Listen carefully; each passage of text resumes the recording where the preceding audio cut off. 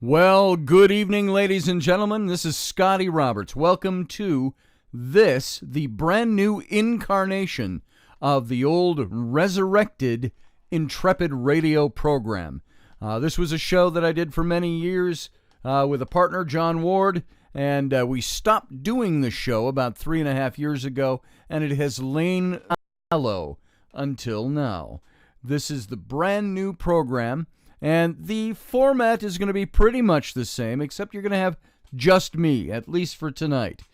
We have lined up many different interviews coming up, and it's all in the realm of things that I enjoy, things that I like to talk about.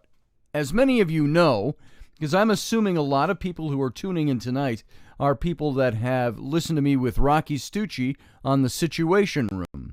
And that's where we talk about politics and current affairs, and we're a topic-driven show over there, along with a little wee bit of the paranormal and ghosty things and stuff like that, because those are things that interest us. But now, I am going to take it a step further than I have done on my YouTube live stream, which I have done every weeknight for about 5 or 6 months now, and of course a lot before that, where I would talk about the strange, the weird, the political. Those are probably all through the same thing if you're thinking like I'm thinking. But this live stream was always easy to do because there were no real big mechanics or time limits behind it. I would launch every night at 9 p.m. Central Standard Time, 10 p.m. Eastern, just like this show. But it was a little more informal, a little more open-ended. So I've got a few more strictures to abide by here. I am on with, of course, ODYSY Radio Network right here. We're broadcasting through iTunes. You can catch us through iHeartRadio, through Spreaker, and other different formats where you can pick us up, different venues. Also, this show that you're hearing audibly is being broadcast as a live video simulcast over on my YouTube channel, which is youtube.com/Mr. Scotty Roberts. Now, if you look down below, you'll see that streaming bar that's running along there. You're going to see all my different sites where to find me. ScottAllenRoberts.com, StreamingTalkRadio.com, IntrepidRadio.com. And I don't think it's got my YouTube on there, so I'll have to add that later. So YouTube.com/Mr. Scotty Roberts. And you're going to catch the live stream right over there if you want to see it in simulcast and see my mug as we go along in this broadcast tonight. Now, the show is going to be all about the things I love to talk about and the things that are part of my life. I have said of my life that, by the way, I'm not farting or anything. That's my squeaky chair. I have said of my life that it's a real mix of adventure, of education, of scholarly work, of academics, of ghost stuff, paranormal investigation. You take all of those things and throw them into one big stew pot, and you have pretty much what I am and what I've done for the last 40 years of my adult life. And I was once ministry bound, as some of you already know. Back in the late 1970s, I was in Bible college. Then I went on to theological seminary in the early 1980s. I was a youth pastor for a while, and I was in ministry, and I drifted away from that over the years for various, what I believe are serious common sense reasons, that I am no longer within that faith. And I was in a very fundamentalist, conservative Baptist setting. And so I am not those things now. And one of these nights, we'll talk about that. It'll all eke out over the next few weeks as we talk about things. So this show is not going to be, as is the Situation Room and some of the past incarnations of Intrepid Radio, not focused on politics, government, civics, things like that. About the only way you'll find me on this show talking about those things is if there is some big important issue that's out there in politics that I feel the need to bring up, which I have done when I'm talking paranormal even. Or you'll hear about it when I start talking about things like this document hanging on the wall back here behind me, We the People, the Declaration of Independence, the Constitution, the Founding Fathers, and so on. When I get into the passion of those things, sometimes, to me, that's not politics. That's American history. So sometimes I'll talk about that, because history is one of the great loves of my adult life. I hated it, by the way, when I was in school. I hated memorizing dates and names. And unless you make history fun and exciting, it can be the most boring thing to some people. It's like mathematics almost, only with people involved instead of numbers and curves. So I'm a historian. Now, I do not have a degree in history, so I've been criticized in the past. So you're not a historian. You don't have letters behind your name. And I said, I'm also an artist. I've been an illustrator and a designer by trade in advertising since the late 1970s when I was going to school. And I've been doing that for all these years. And I said, so, by virtue of the way you're defining being a historian, I'm not really an artist. I'm a fraudulent artist then, because I have no degree in art. Well, it's pretty silly if you ask me. A historian is somebody who studies history, and I've done that. Now, I enjoy history. The things on this show will involve history. Now, don't let your eyes gloss over on that right away, because history is an exciting topic. When you start looking at the things that made things happen and brought us to where we are today, history can be awfully exciting. I like ancient history. I like colonial American history. I like Tudor history. Tudor England, we're talking everywhere from Henry VIII up through Mary Queen of Scots and King James and Queen Elizabeth I. That's a period of history that I've studied and researched, as well as ancient Egyptian history. And I've been to Egypt several times, along with a good friend of mine who's an archaeologist there. And so these are things that I'll talk about. They're things that interest me. Along with that, I want to open this show wide up to the magical, the mystical, the esoterical, I could say, the esoteric. I want to talk about things like the paranormal and the mysteries of life. And when I talk about history, many times I'm talking about historical mysteries and things that happened to say, why did this happen the way it did? What is it all about? What's the mystery behind this?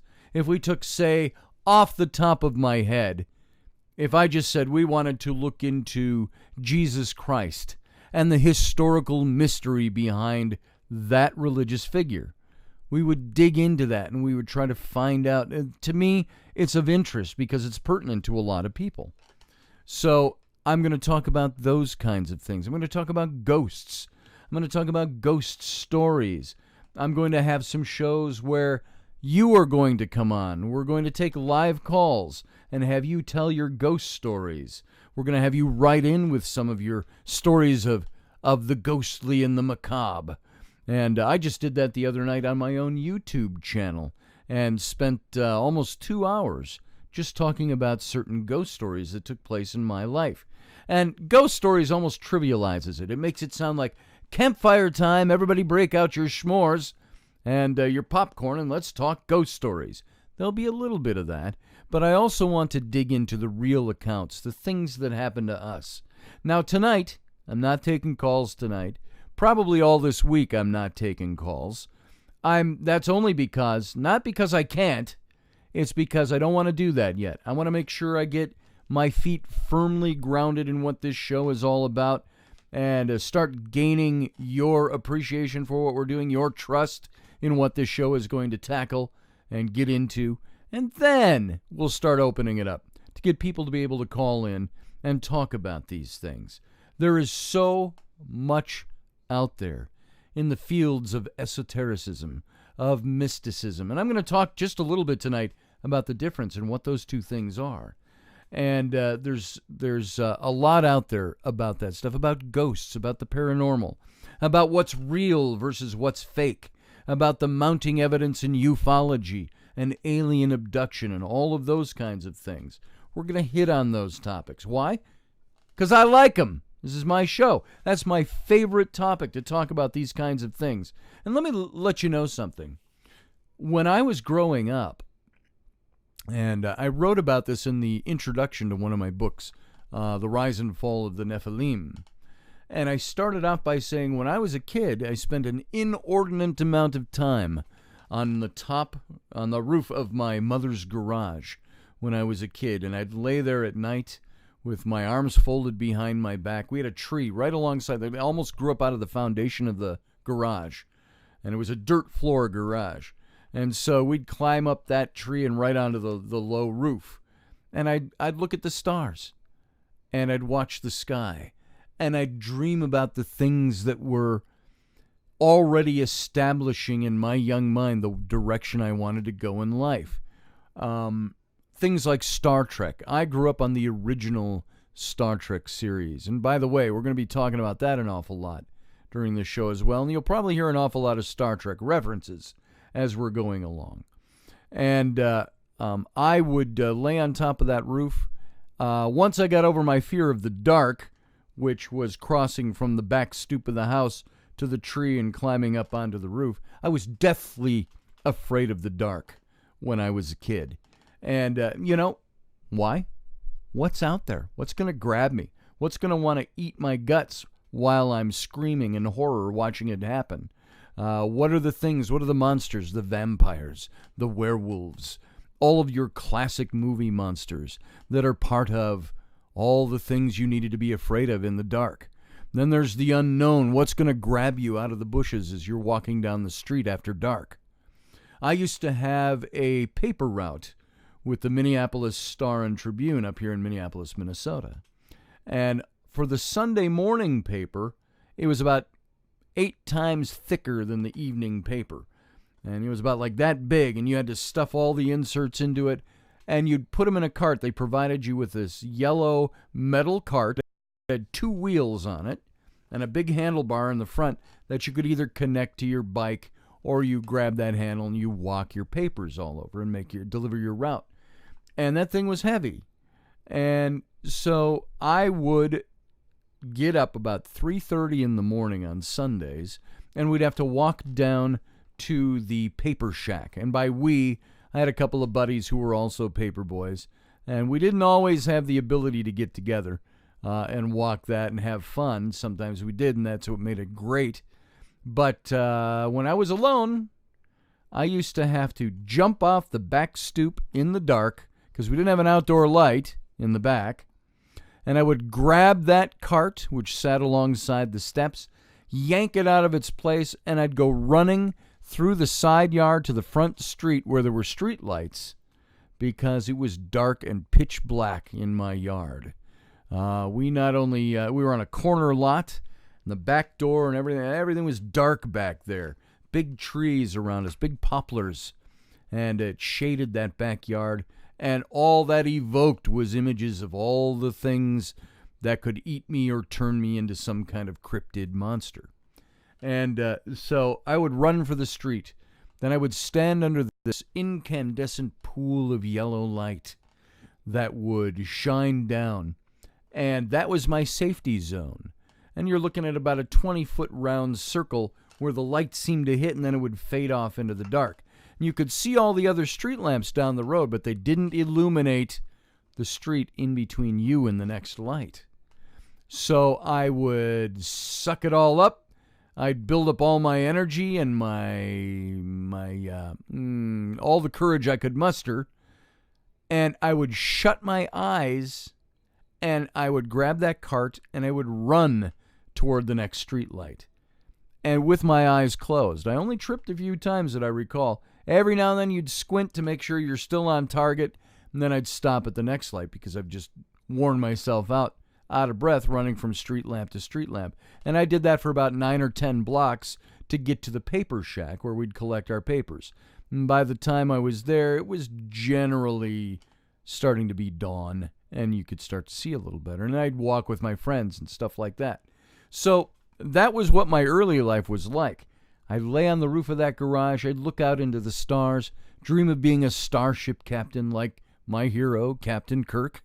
I would also be in fear and dread of all the monsters that lurked in the dark. And that's what formulated my my practice. Belief system makes it sound theological, but there was a belief in those things in those days, and those were the things that kind of drove me to do what I did later in life. I think those are the things that in part drove me into ministry, exploring those mysteries on a religious level.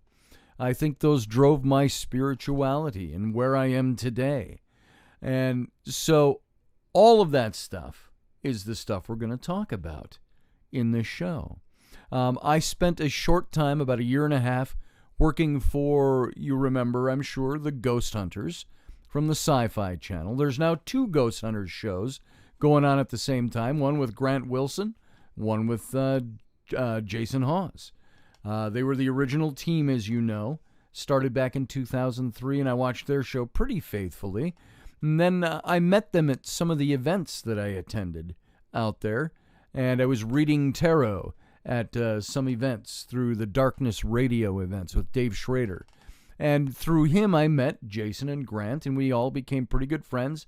They invited me to come on board after a while as their editor-in-chief of their official magazine, Taps Para Magazine. And their publisher was James V. Johnson. And he was the new publisher, and I was the new editor-in-chief back in 2000, I want to say it was 9, it might have been 10. And we worked on that magazine together. So I got to travel to a lot of places with the Ghost Hunters. And as close as I got to ever really investigating with them was when we were at places like the Stanley Hotel in Estes Park, Colorado, or at Eastern State Penitentiary, places like that where they were leading events, and I would sometimes get to hang with them and do stuff. But more often than not, they would assign me, Scotty, why don't you stand here? You go to room 217 at the Stanley, and the groups will all circulate, and you'll get to talk about room 217. And so we had some good times with that. Britt Griffith and I hung around a lot together back then.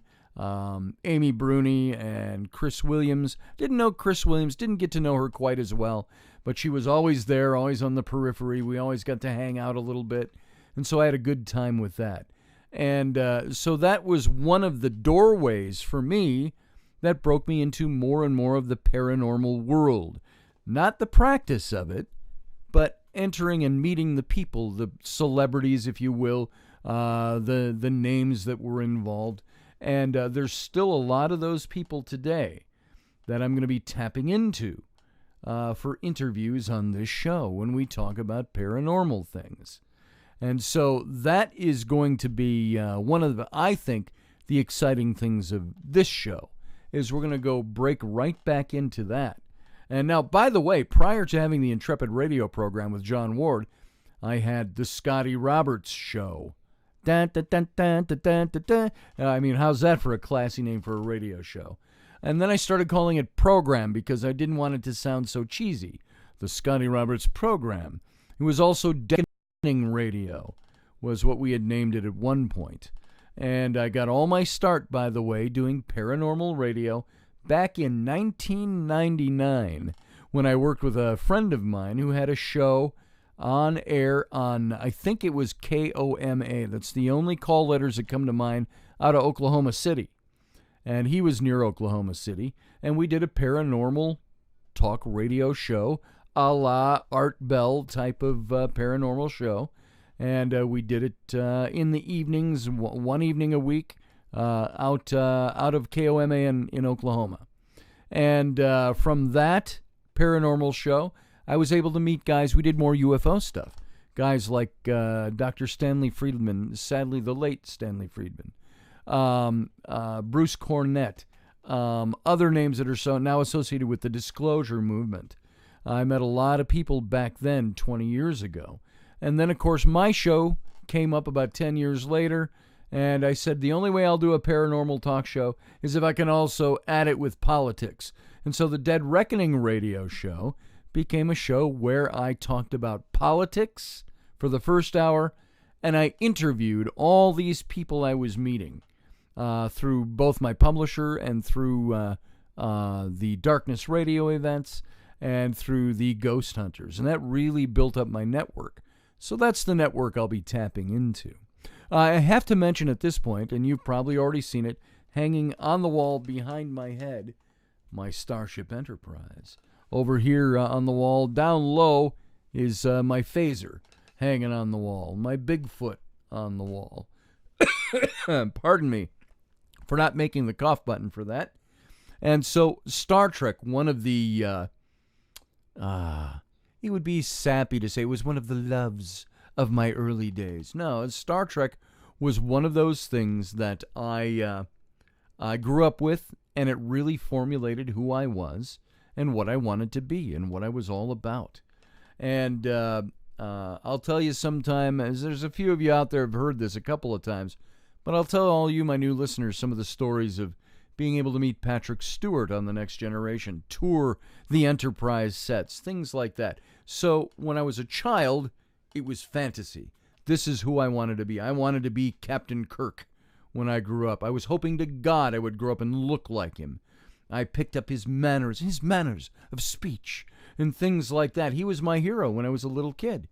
Then I grew up, and as I got a little older, I became more enchanted with the making of, how these things were produced, the story writing behind it, and all of that. And so, and that's really where I am today still. It's a love for the lore of Star Trek. And so we'll be talking about a lot of that stuff as we go as well. And I mentioned that I want to be talking on this show. I'm talking in the future tense, you notice. I keep saying the things I want to talk about. I'm talking about them right now. But this show tonight is really an introduction to who I am, what this show is all about, where we're going, and what we want to do. So I want to kind of put it in that category. These are the things we're going to be talking about. These are the things that I hope will draw you back in. And if you go check out my websites, you can see, again, you can see them below right here. It's right down here somewhere. There it is, right where my fingers are pointing. You'll see scrolling by all my websites. And you'll be able to go check out what I do, what I'm all about. And you'll be able to contact me through those if you so want.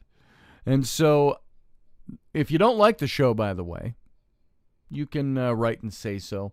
I'll probably ignore it. If you like the show, I'll take constructive criticism. I don't put that in the same category as somebody being overtly critical or disliking. So I'm open to that. You can go to any of those websites listed below. You can find ways to contact me via email. You can find me on Facebook. I'm very easy to find on Facebook. And so you go over and find me, join up, and we'll talk some more. There's the new website is up for Intrepid Radio. You can go check that out. That's being added to very soon. So there's going to be more information there, more archives put in of every show, how to get there, how to see them. The show is going to be archived on my YouTube channel because, as I mentioned earlier, this is also being simulcast as a video. And so you can go watch that, join in the live chat room, and or watch it later, catch it later in the archives. And so tonight, I did want to go. I've got a few minutes left here before we have to cut out to break at the bottom of the hour. And what have I got exactly? This is the difference, by the way, between doing a live streamed show where it's just me, I'm just talking, I talk until I'm done, and we cut it off. Here I've got to make sure I meet all the time standards.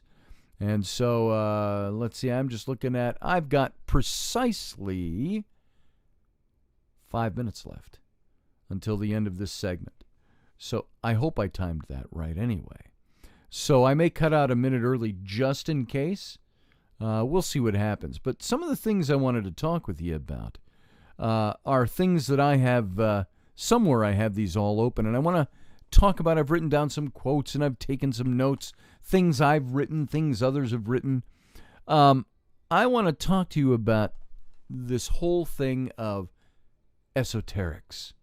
What makes this fascinating? Why will this show focus on esoterics and mysticism primarily, as well as side branches, if you will, or tributaries off of those, that mainstream into the paranormal, into cryptozoology, into science fiction and fantasy, all those things that are offshoots of all of this stuff.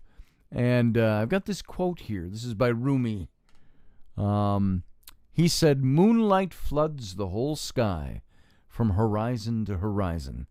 How much it can fill your room depends on its windows. Now think about that for a second. Everything around us is part of existence.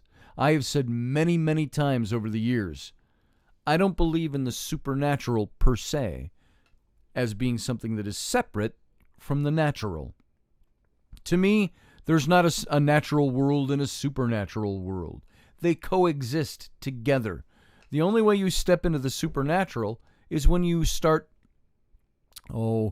opening that window a little wider and letting more moonlight in and stepping out into that light, which is not clearly seen from the natural. Other than that, it's all part of the same universe. You might have string theory and different threads of time, different dimensions of existence, and so on. All of those things are things that we'll tackle in the future. But for now, suffice it to say, the supernatural is the natural. And the universe is flooded by it. Let's say your world is flooded by this stuff. They say of people who have been on ayahuasca and other hallucinogens that are used for the sake of delving spirituality, that these are people who see things that are already there. We just can't see them with the naked eye. We don't experience them with the naked eye, or our naked senses, if you will. There is sometimes that little aid you need that trips you over, no pun intended, into seeing what's already there and already surrounds you. It's like we say about hauntings, and I've said for a long time, it seems to me that hauntings are everywhere. You can be in an old decrepit farmhouse out in the middle of a field that kids have run away from for generations, decades, because this is the old haunted house, the old Gibbs place or something like that. And you can go in there and there might be ghostly activity. But you know what? You could probably go into a modern fourplex built 3 years ago and have ghostly activity. We were this last weekend. We were investigating places that was an old farm that no longer existed, a boys' farm. And you know what? We found stuff in the old bunkers there that are still there. And so there is this activity everywhere, absolutely everywhere. And so that's what we're going to explore with this. And I've talked away my couple of minutes, so we're going to hit this stuff about esotericism and mysticism and letting that moonlight in your window and determining how big a window or how wide open you want to have that be. So why don't you guys hang on? We're at the end of the first segment, believe it or not, of this, our first show for the Intrepid Radio Program, right here on ODYSY Radio. And we will be back in just a couple of minutes. So hang tight, and we'll take it from there.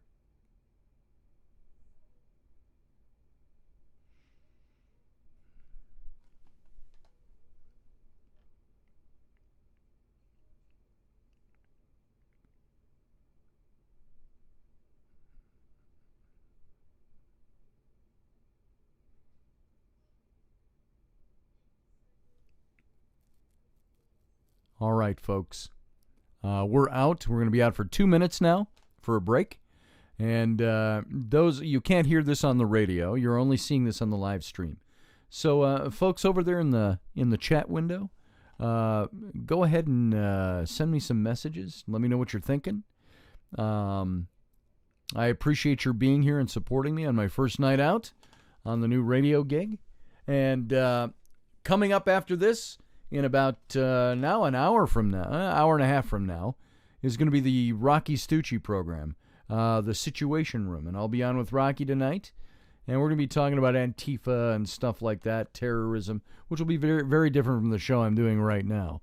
So you hang tight tonight after this show is over in about a half an hour, and we're gonna tackle some other things over on the Situation Room. And other than that, tonight No phone calls taken tonight and probably the rest of this week, because I want to make sure I'm doing everything right and that everything is done the way it's supposed to be done. Once I get my legs back on for this short period of time, we're going to be set up for taking calls. And so I hope you're enjoying it so far. And, boy, I don't have much else to say right now, because I'm going to get back into it in about 20 seconds here, thereabouts. Not 30 seconds. So Rocky and I are going to hit it, I think, hard and heavy tonight. At least that's the plan from this more lighthearted show. So I think you'll enjoy that. So stick around. And we got about 10 seconds, and we're coming back in live. So everybody, stand by.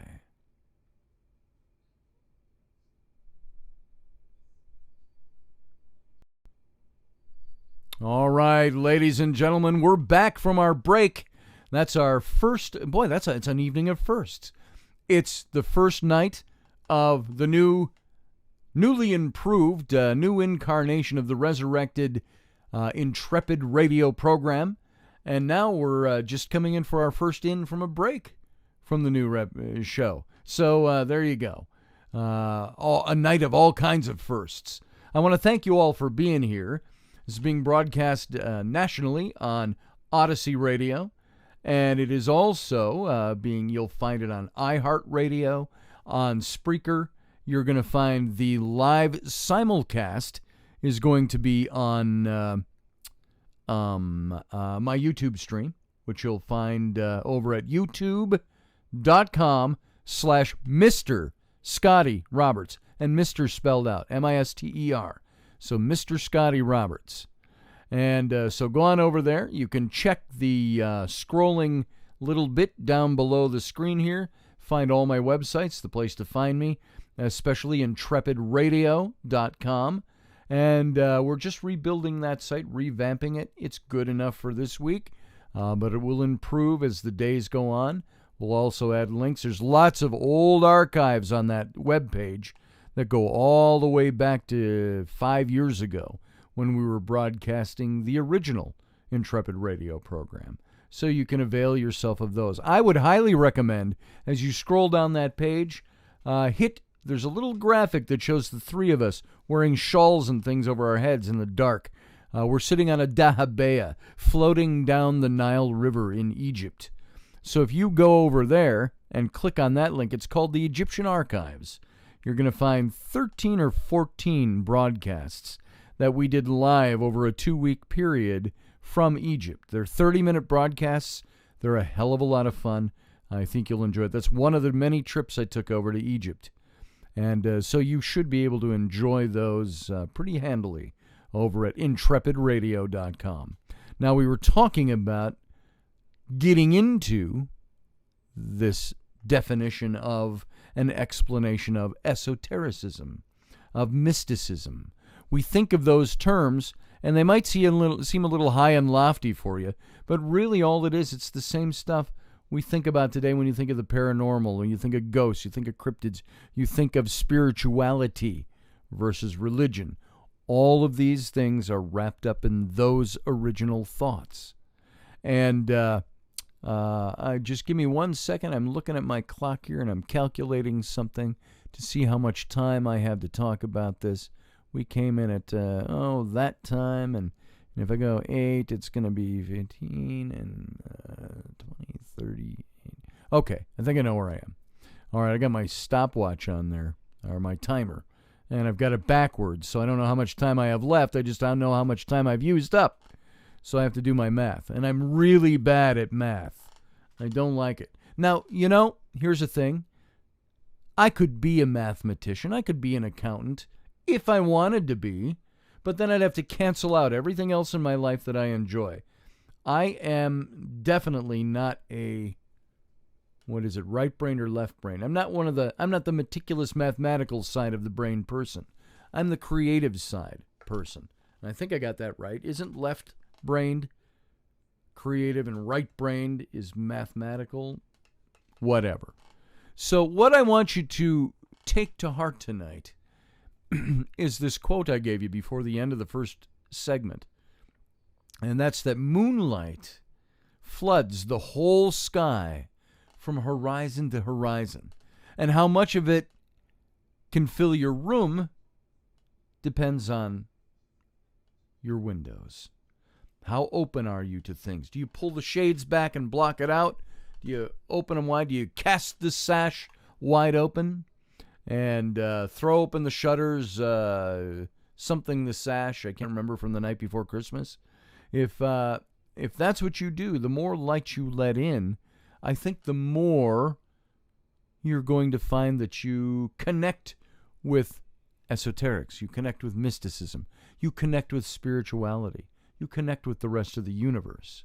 And again, supernatural doesn't exist if you consider that the supernatural is part of the natural universe. It's all there. It's not like something strange that started and it's out there somewhere. It's been with us forever because it exists forever. I'll bet you right now, wherever you're sitting, on your computer or on your phone, in your house, in your office or workplace, no matter where you are listening to this right now, you're surrounded. You're surrounded by ghosts, by spirits, by elementals, by the things that aren't part of what we call the corporeal or the hardcore natural world. This is all around us right now. I get chills up my arms just talking about that. Not because it frightens me, but because of the reality of it. When you get those chills, you know what that is? That's usually the presence of somebody making themselves known to you. Some people might say there's a scientific explanation for that. I get that. There's a mental connection to all of this stuff. But I want you to know that as human beings, we live in our myths, but we only endure because of our realities.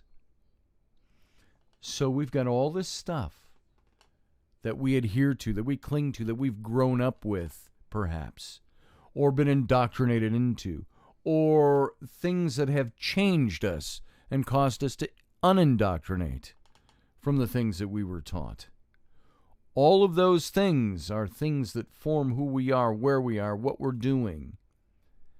And if you have the myths that you believe in, be it a religious myth, be it historical mythology, whatever it might be, those are the things that we live in. Take a Star Trek fan, for example.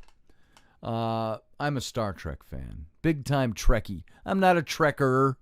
That's too new. I'm a Trekkie from way back.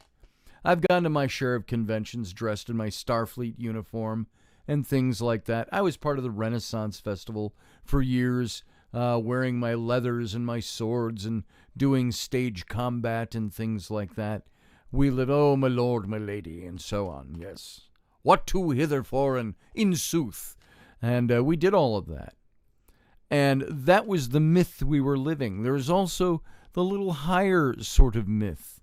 Let's say you are a believer in one of the Abrahamic religions, Islam, Christianity, Judaism, or think of anything in between, and anything that is not that. We set up our religious myths and we live by them. And don't get offended, by the way. Don't anybody go apeshit because I said religious myth. What I'm talking about, that's just an easy way to say this block of belief systems that we adhere to by faith. Not talking about your faith. I'm talking about the things that you act that run your life. It might be your faith for some of you. Others, it's the mythology of what you believe. Others, it's not so personal. It's more things that we're intrigued by, that we enjoy, like Star Trek, like fantasy, like Lord of the Rings, like, I don't know, historical reenacting, which I've done as well, where we dressed the 42nd Royal Highland Regiment out of 1759 in America during the French and Indian War. And we dressed that and lived that. We set up encampments by that. We had all the historical clothing for it and the weaponry, the muskets, the firelocks, the swords, and so on. That was living our myths. Those are the things that we enjoyed. and we lived those things. But it's our realities that make us endure. So the big question is, how much moonlight is coming in through your window? Are you making your house, your room, the things that are filled with the myth that becomes your reality? And I'm not talking about going off the deep end mentally or being mentally unstable or being detached from reality. It's that your reality coexists with your mythology and the things that drive you. And this is what, to me, esotericism, mysticism, it's all about these things. And there's a couple of things I want to bring back up because I wanted you to know all these things that definitions of the things I'm talking about. Let's see where I put this. I've got to show a couple of things here. I shut everything down so I could get this show going, but I want to bring. I had Jack Parsons. I had some information about him open, and there's a reason I did that, and we'll get to that in a minute. And there are, let me see. I'm trying to find my own stuff here. This is not exactly what I'm after. Be patient with me. Folks, this is called Scintillating Live Radio. So bear with me here as I go through this. I'm not looking for quotes on mysticism or esotericism. There it is. I'm looking for this right here. And we're going to open this up. I'm going to talk to you a little bit about esotericism, share with you what that is, because you might hear the word, talk about esoterics and all of that. Do you really know what it means? I'm sure there are many of you out there that do. But at the same time, I want to make sure you understand what it's all about. It refers to the doctrines or the practices, if you will. It's not really dogmas, but it's the practices of esoteric knowledge. You know, what the hell does that mean?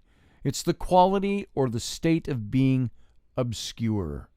It's not having all the information. Esoteric knowledge is that kind of knowledge that's specialized or it's advanced in nature, and it's available only to a narrow circle of the enlightened, if you will, the initiated, the highly educated people that are out there. And typically, esoteric knowledge is contrasted with exoteric knowledge, which is well known. Exo, it's exterior, it's out there, it's everybody knows it, kind of thing. It's that the public knowledge is perceived as informally canonic in society at large. It's items pertaining to esotericism, may also be known as esoterica. Now, esotericism largely involves an element of initiation, such as the requirement that one be tested before learning the higher truth. Yet knowledge like that might be kept secret, and it's not by the intention of its protectors, but by its very nature. For example, if it's accessible only to those with proper intellectual background, there's some overlap that might exist between esotericism and mysticism. But many mystical traditions don't even attempt to introduce additional spiritual knowledge, but rather they seek to focus the believer's attention on, or their prayers, if you will, more strongly upon the object of devotion. A mystic is thus not necessarily an esotericist, and a variety of past traditions could be classified as forms of esotericism due to their inner focus, as well as their selective and their secretive nature. Now, it comes from the word, there's something I wanted to say here, too, about this, is that it's kind of like, we've all heard, at least in Christianity, the story of Jesus and the Last Supper, the last meal he took before being tried and crucified the next day. And he looks at, or he says to his disciples, as he's breaking the bread and passing the cup of wine, he's saying to them, one of you is going to betray me tonight. And they're all like, who, Lord, tell me, is it me? Is it me? And then, of course, you have Judas Iscariot. We know the story of him. Judas says to him, is it me, Lord? And remember, Jesus also said, whoever dips into the sauce with his bread at the same time I do is the one who's going to betray me. And so I don't know why Judas would have gone ahead and dipped in at that same time unless he didn't notice it. But he's in, and Jesus looks at him. And he says, that thing that you're appointed to do, go do it. That which thou hast been appointed, do, he says, I think, in the King James. And there's a different train of thought here, is that, and now this we find in the one of the four Gospels, a couple of the four Gospels that exist in the canonized New Testament. Take that story and go to a different Gospel. Remember, we only got 4 in the New Testament. There were 66 plus of them written. And one of them was the Gospel of Judas. And it's a gospel that says that Jesus took Judas aside prior to the meal. And he said, you're the one who gets it. You understand the mysteries more than anyone else. And he appoints him to betray him. I don't know what the point of that was exactly, but this was the story according to the Gospel of Judas. And it says Judas refuses this. And Jesus said, I'm the master, right? He says, so go do this thing. You have to do it in order to fulfill prophecy and whatever his things are. And it says Judas does it begrudgingly, and he's given, not sells him, he's paid 30 pieces of silver for his information. Here's where to find Jesus and arrest him tonight. Or Yeshua, as he may have been pronounced. Yeshua bar Yashaf, Joshua the son of Joseph. Jesus being just the updated Greek name.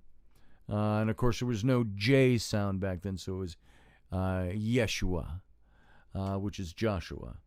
And Iesu. And so he takes the 30 pieces of silver. Then he goes out, it says, and he throws the money back, tries to give it back. He's grieved in his heart. And then after Jesus is crucified, it says he goes out and hangs himself. There are actually 2 different versions in the Gospels in the Bible.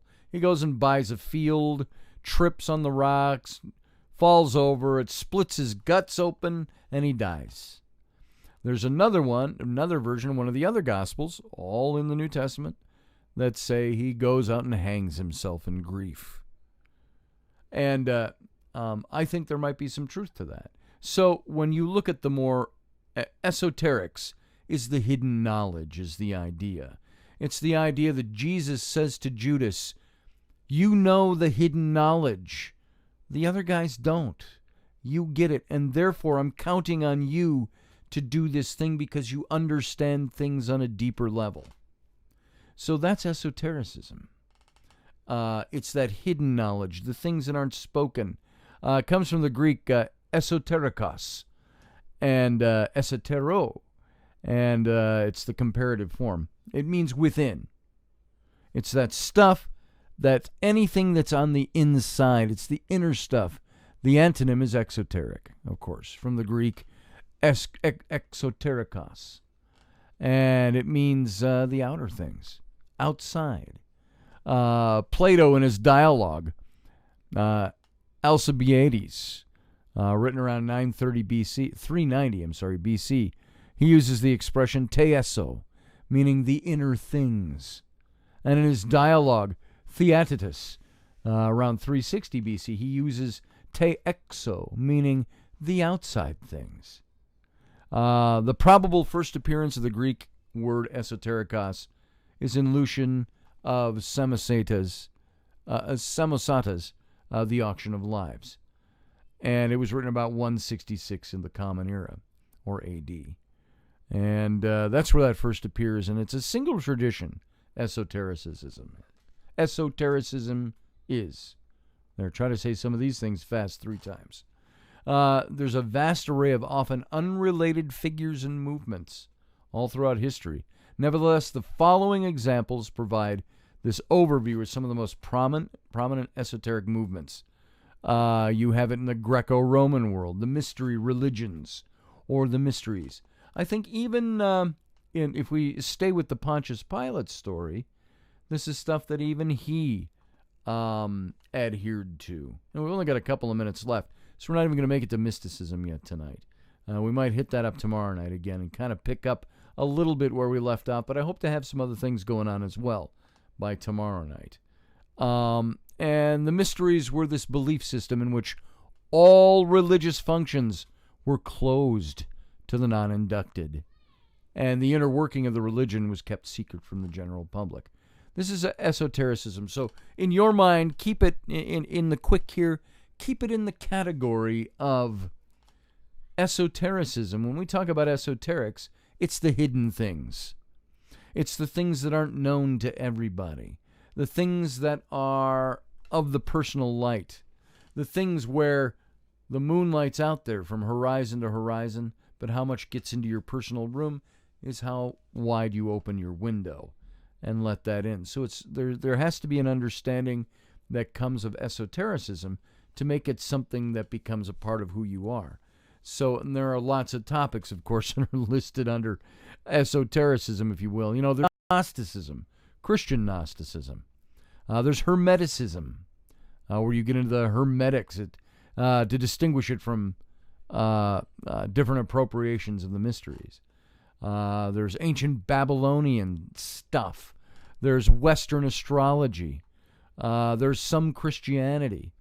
And in the Middle Ages, you know, even the talk of Arthur and the Holy Grail was part of this esotericism. It's stuff that existed. And so, for now, I'm going to leave it at that. These are the things we're going to talk about, folks. The things that get my juices going, and hopefully will get your juices going too. Exploring the mysteries, digging a little deeper, touching on the light stuff like ghosts, but getting deeper with it. So I want you to come on back tomorrow night. We'll be here every night this week. Same time here on ODYSY Radio. You can catch my live stream on my YouTube, which is listed below. Well, one of my websites listed below will get you there. Mr. Scotty Roberts. And folks, it's about that time.